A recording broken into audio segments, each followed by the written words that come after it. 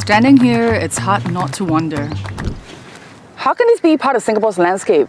I had to find out. This is Tom. He's been fighting on the front lines with his team at 7 Clean Seas. So where do you think all this comes from? Plastic knows no borders, so it could be from anywhere. 2 billion people don't have access to waste management, so once they've used it, it can only be burnt or dumped. And at that point, it's not going anywhere. It's going to be here forever. Plastic bottles have become part of our everyday lives. What started as convenience has turned into consequence. The question isn't about who left these bottles behind. It's about how we stop them from affecting our future. Plastic pollution won't slow down unless we do something about it. And it takes all of us. This year at Greenhouse, Mercedes-Benz is joining hands with the community to show what's possible when we act together. Discarded PET bottles collected at Temasek Shophouse are being reimagined into something with purpose.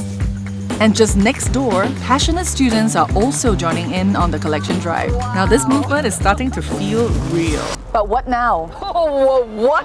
Am I hearing this right? Yes, Rozz, imagine this. A life-size street glass. The whole thing will be 3D printed from recycled PET bottles, and everything will be transformed into different parts of furniture as afterlives in the future.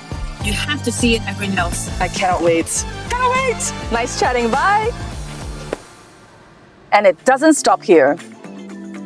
The bottles we collected went to wasted, turning this into this. These aren't just functional, they say no to single-use bottles and yes to bring our own. Every one of these bottle holders sold at Greenhouse helps to restore Singapore's reefs within parks. From bottles to furniture, from hands to coral, it is only when the community comes together that ripples become waves. And this is what it takes to evolve together.